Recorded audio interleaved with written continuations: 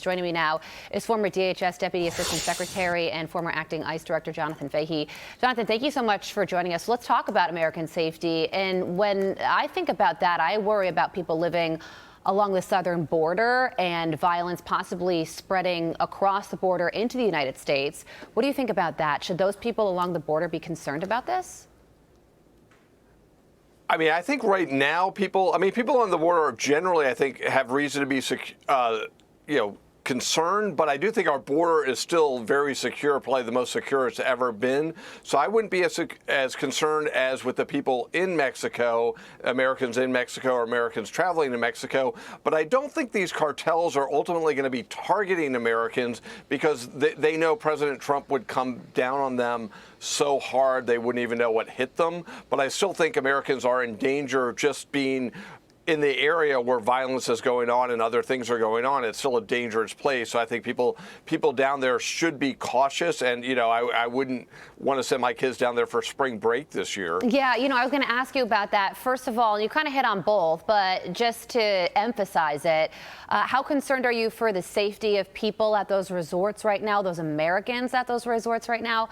Could they be possibly targeted when they do, in fact, leave to go to the airport? And also, when it does come to spring break, I mean, that is right around the corner. What should people know about the safety of Mexico and if they should go or should avoid the area? I mean, my personal view is I'd avoid the area. I don't think the cartels will target Americans because the wrath from President Trump would be enormous. But if it's a violent war zone, no one wants to be involved in that, and it's certainly not going to be a pleasant vacation. So I don't think they'll be targeted by their cartels. It doesn't mean they couldn't be targeted by other criminals. But again, I would go with the America First spring break this year because, it's a lot safer. And also just the inconvenience of not being able to travel, maybe getting stuck, things of that nature also take it to a level that you probably just don't want to deal with. Yeah, and when it comes to safety, really quickly, we, of course, provided intelligence to the Mexican government. So, of course, we wanted this guy off the map. Can you tell us a little bit more about him and the Jalisco cartel and why the killing of him could lead to greater American safety?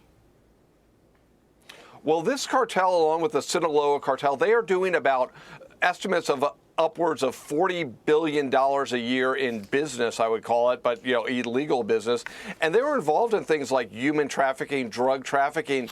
So, under the Biden administration, when the border was wide open, it was in effect subsidizing these cartels by making it so easy for them. So President Trump has really clamped down on the border, taking money away from them.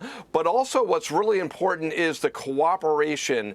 And if it continues, it could really make a dent in the cartels. Obviously, taking one person out, significant, but it's not the only thing. It has to be a sustained effort. But I think the president of Mexico and all these other Latin American countries saw what happened with Maduro in Venezuela. And I don't think you want to be on what happened to Maduro, so they're probably going to want to be on Team USA and fighting the cartels. Yeah, that's a really good point. And, the Mexican president has been under pressure from President Trump to do more when it comes to cracking down on fentanyl, and this certainly achieved that goal. Jonathan, thank you so much for joining us.